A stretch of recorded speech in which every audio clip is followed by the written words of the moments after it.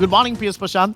ഏറെക്കുറെ എനിക്ക് തോന്നുന്നു പി എസ് പ്രശാന്തിന് ആശ്വാസകരമായ ഒരു കാര്യമാണ് ഇപ്പോൾ സംഭവിച്ചിരിക്കുന്നത്. വളരെ വളരെ വളരെ സന്തോഷമാണ്, വളരെ വളരെ സന്തോഷമാണ്. കാരണം ഇതുമായി ബന്ധപ്പെട്ട് കോടതിയിലെ അന്വേഷണത്തിൽ ഇരിക്കുന്നുണ്ട്. എനിക്ക് അഭിപ്രായം പറയുന്നതിന് പരിമിതിയുണ്ട്. എങ്കിലും ഒരു കാര്യം ഞാൻ പറയാം. അയാളുടെ കയ്യിൽ വെച്ചിട്ട് അയാള് ദേവസ്വം ബോർഡിനെ പഴിചാരിയത് എന്തിനാണ്? ആഗോള അയ്യപ്പ സംഗമത്തിന് 5 ദിവസം മുമ്പ് അയാളുടെ കയ്യിൽ സാധനമുണ്ടെന്ന് അറിഞ്ഞിട്ടും അയാൾക്കറിയാമായിരുന്നിട്ടും അയാൾ എന്തിനാണ് ദേവസ്വം ബോർഡിനെ പഴിചാരിയത്? അയാളുടെ വാക്കും കേട്ടുകൊണ്ട് ഇവിടെ പ്രതിപക്ഷ നേതാക്കൾ ഉൾപ്പെടെ BJP നേതാക്കൾ ഉൾപ്പെടെ ദേവസ്വം ബോർഡ് പ്രസിഡന്റ് കള്ളനാണെന്ന് പറഞ്ഞില്ലേ? സ്വർണ്ണക്കള്ളനെന്ന് പറഞ്ഞില്ലേ? കടത്തിക്കൊണ്ടുപോയി എന്ന് പറഞ്ഞില്ലേ? ഇതിനാര് സമാധാനം പറയും?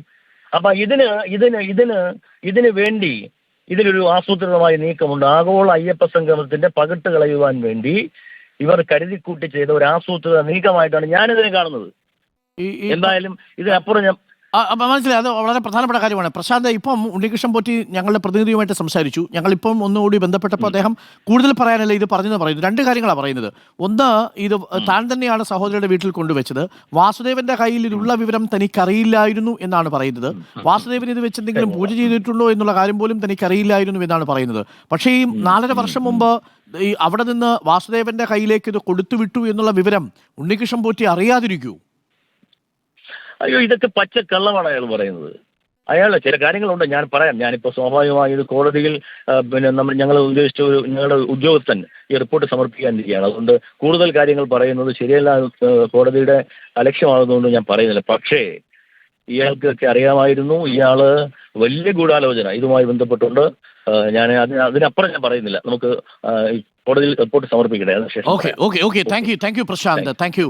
പ്രശാന്താണ് പറഞ്ഞത്. എന്നെ എന്തിനാണ് കള്ളനാക്കിയത് എന്നാണ് പ്രശാന്ത് ചോദിക്കുന്നത്. തിരുവിതാംകൂർ ദേവസ്വം ബോർഡ് പ്രസിഡന്റിനെ, തിരുവിതാംകൂർ ദേവസ്വം ബോർഡിനെ ശബരിമലയിലെ ആഗോള അയ്യപ്പ സംഗമത്തെ കരിനിഴലിൽ വീഴ്ത്താനുള്ള ഒരു ശ്രമമായിരുന്നു ഉണ്ണികൃഷ്ണൻ പോറ്റിയുടെ ഭാഗത്തുനിന്നുണ്ടായത്. ഉണ്ണികൃഷ്ണൻ പോറ്റിയുമായി ഇതുമായി ബന്ധപ്പെട്ട് ഗൂഢാലോചന നടത്തിയത് ആരാണ് എന്നുള്ളത് പുറത്തു വരണം എന്നുള്ളതാണ് പറയുന്നത്. എന്തായാലും ദേവസ്വം വകുപ്പ് മന്ത്രിയും ദേവസ്വം ബോർഡ് പ്രസിഡന്റും ഈ വിഷയത്തിൽ വളരെ ഷാർപ്പായിട്ടുള്ള റിയാക്ഷൻസ് ആണ് നടത്തുന്നത്. ഉണ്ണികൃഷ്ണൻ പോറ്റിക്ക് അറിയാമായിരുന്നെങ്കിൽ ഇതെന്തുകൊണ്ടാണ് പോറ്റി മറച്ചുവെച്ചത്? എന്തിനാണ് ഇങ്ങനെ ഒരു സംശയം പ്രകടിപ്പിച്ചത്? ഈ ദേവസ്വം ബോർഡിനെയും ശബരിമലയെയും ഒക്കെ സംശയത്തിന്റെ നിഴലിൽ നിർത്തിയത്? ഒടുവിൽ ഇപ്പോൾ തുറന്ന് സമ്മതിക്കേണ്ടി വന്നില്ലേ?